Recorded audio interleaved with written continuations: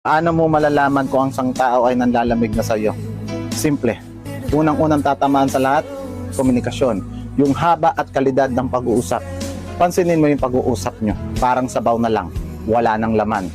Alam mo yung masaya kang nagkukwento pero siya wala siyang kagana-ganang makinig sa'yo. Hindi alam ang sasabihin, kundi inuulit na lang yung sinasabi mo. Yung mga linyahang, sorry, busy sa trabaho. Sobrang pagod. Kaya pagdating sa gabi, good night na lang sa'yo.